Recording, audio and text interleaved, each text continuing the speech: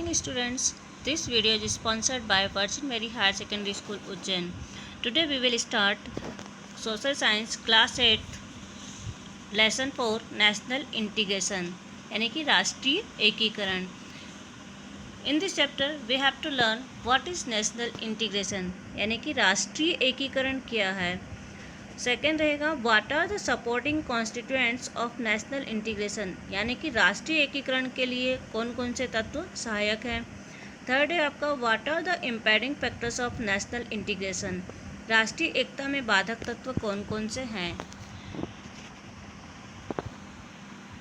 National integration यानी कि राष्ट्रीय एकीकरण. राष्ट्रीय एकीकरण जो है वो किसी भी नेशन यानी राष्ट्र के अस्तित्व का आधार होती है.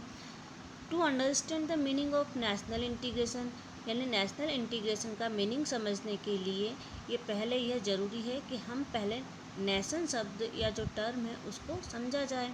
नेशन कोई किसी स्टेट का पर्यायवाची नहीं है और ना ही ये कोई कास्ट है. जनरली या सामान्य तौर पर देश में भूमि के एक निश्चित हिस्से में रहने वाले लोगों की सामूहिक राजनीतिक सांस्कृतिक और भौगोलिक भावना का प्रतिनिधित्व करते हैं. इस रूप में जो हमारा नेशन है वो एक अमूर्त इकाई है. नेशनल एकीकरण या नेशनल इंटीग्रेशन उसके अस्तित्व की महत्वपूर्ण शर्त है. अब व्हाट इज़ नेशनल इंटीग्रेशन राष्ट्रीय एकीकरण क्या है.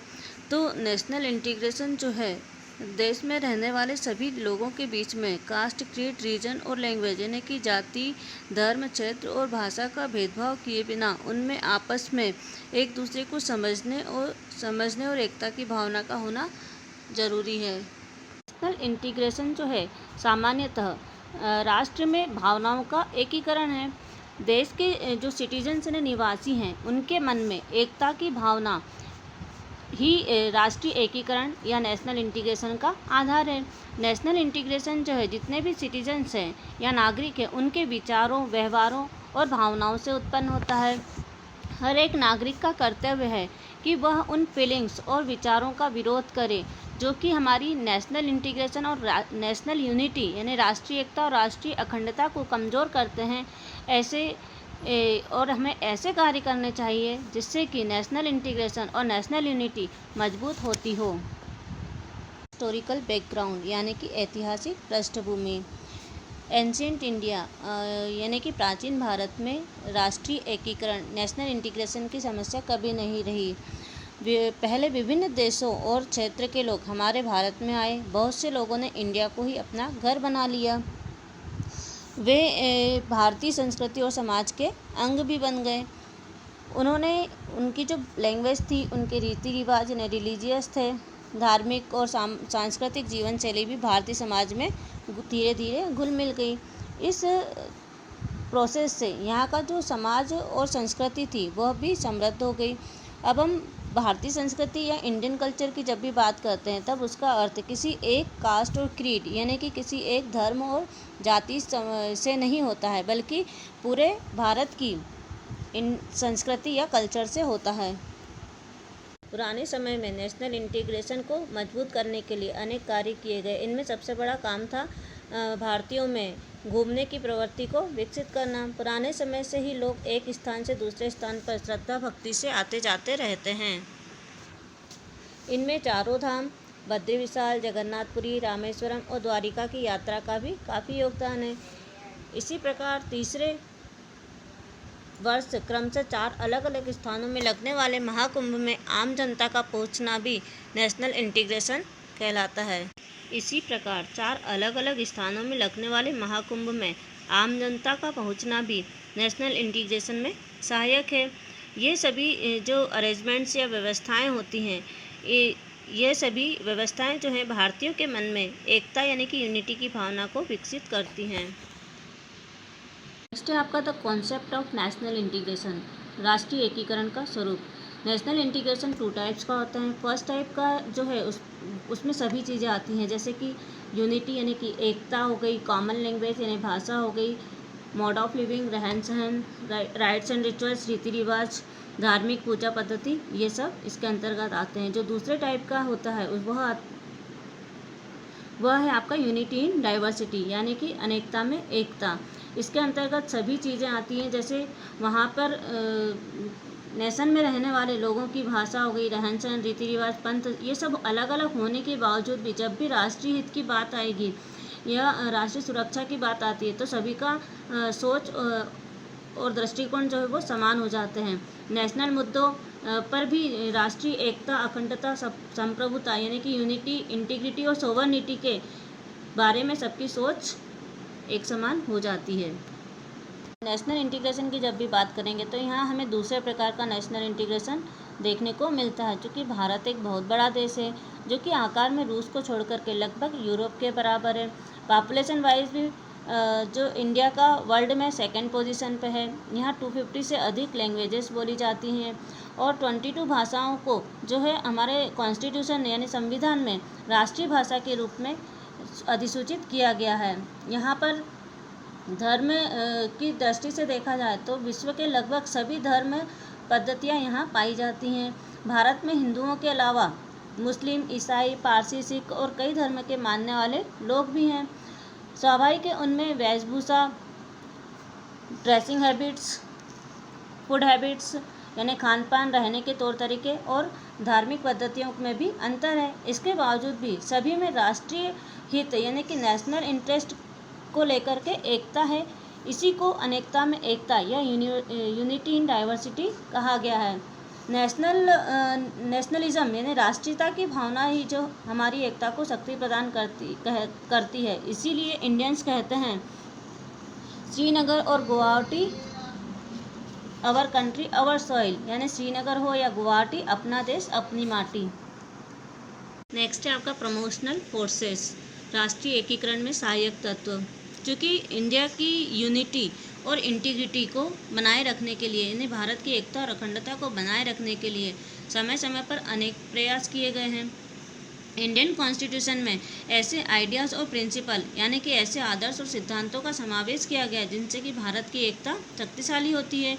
ये प्रिंसिपल जो हैं भारत की यूनिटी और इंटीग्रिटी यानी कि एकता और अखंडता के लिए ज़रूरी भी हैं, जो कि हैं डेमोक्रेसी, फंडामेंटल राइट्स यानी मौलिक अधिकार, प्रिंसिपल्स यानी मौलिक कर्तव्य, एकीकृत न्याय व्यवस्था, यूनिफॉर्म जुडिशरी, सेक्युलरिज्म यानी धर्मनिरपेक्षता, नेशनल एम्बलम राष्ट्रीय चिन्ह, राष्ट्रीय पर्व, ये सब आते हैं। India is a democratic country यानी भारत जो है एक लोकतांत्रिक देश है। यहाँ जनता ही अपने रिप्रेजेंटेटिव का चुनाव करती है। ये जो रिप्रेजेंटेटिव होते हैं जनता की इच्छा के अनुसार ही कार्य करते हैं, क्योंकि पब्लिक या जनता ही इन्हें चुन करके भेजती है। Indian constitution has a provision of 6 fundamental rights यानी कि भारतीय संविधान में 6 मौलिक अधिकारों का प्रावधान है। ये जो अधिकार हैं या राइट्स हैं ये भारतीय नागरिकों को बिना किसी भेदभाव के समान रूप से दिए गए हैं। ये जो अधिकार दिए गए हैं ये हर सिटीजन्स के हितों को ध्यान में रखा गया है और उनके सर्वांगीण विकास के लिए ज़रूरी हैं।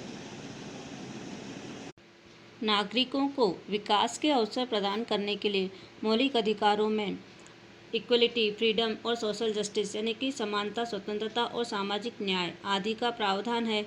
इन जो कॉन्स्टिट्यूशनल प्रोविजंस हैं इसके अंतर्गत समाज के जितने भी वीक सोसाइटी या कमज़ोर वर्ग के लोग हैं, शेड्यूल कास्ट, शेड्यूल ट्राइब और अदर बैकवर्ड क्लासेस के जो लोग हैं उनको संरक्षण प्राप्त है।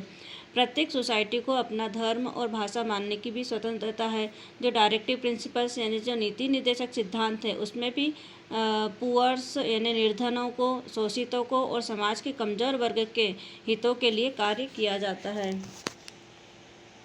सेकेंड है आपका फंडामेंटल ड्यूटीज़ यानी कि समान मौलिक कर्तव्य। फंडामेंटल ड्यूटीज़ का भी इंडियन कॉन्स्टिट्यूशन यानी कि भारतीय संविधान में उल्लेख किया गया है।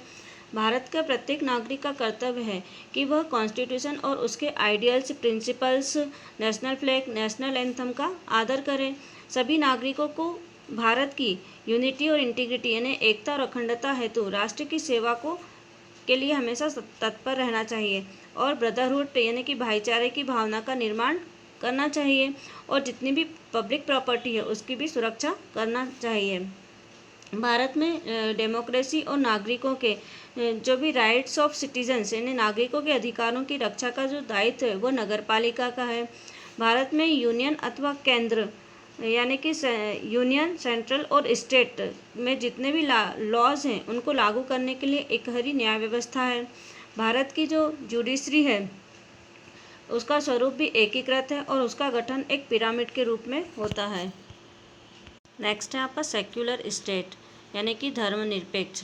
हमारे कॉन्स्टिट्यूशन ने भारत को एक धर्मनिरपेक्ष यानी कि सेक्युलर राष्ट्र घोषित किया है। प्रत्येक धर्म के लोग जो हैं उनको अपना धर्म मानने की स्वतंत्रता है। सरकार जो है या गवर्नमेंट किसी भी धर्म के प्रति भेदभाव नहीं करेगी। फोर्थ है आपका नेशनल सिंबल यानी कि प्रतीक चिन्ह। इंडियन कॉन्स्टिट्यूशन में जो नेशनल सिंबल्स हैं उनको भी अपनाया गया है, जो कि समस्त सिटीजन्स को आइडल्स और डिवोशन यानी कि आदर्श और निष्ठा के लिए प्रेरित करते हैं।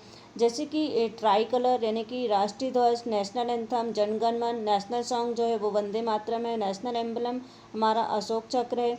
ये जो प्रतीक चिन्ह हैं ये हमारी राष्ट्रीय भावना को बल प्रदान करते हैं और एकता की स्थापना करते हैं, जो कि हमारे नेशनल इंटीग्रेशन में सहायक है। भारत में विभिन्न कम्युनिटीज़, कास्ट और लैंग्वेज के लोग रहते हैं जिनके अपने रीति रिवाज और त्यौहार हैं, किंतु हमारे 3 राष्ट्रीय पर्व भी हैं। यह हैं इंडिपेंडेंस डे, रिपब्लिक डे और गांधी जयंती। इन्हें सभी भारतवासी बहुत ही उत्साहपूर्वक मनाते हैं और इससे राष्ट्रीय एकता यानी कि नेशनल यूनिटी की भावना प्रबल होती है। नेक्स्ट है आपका टूरिज्म एंड नेशनल इंटीग्रेशन, पर्यटन और राष्ट्रीय एकीकरण। शुरू से ही टूरिज्म और नेशनल इंटीग्रेशन एक दूसरे के सहायक रहे हैं।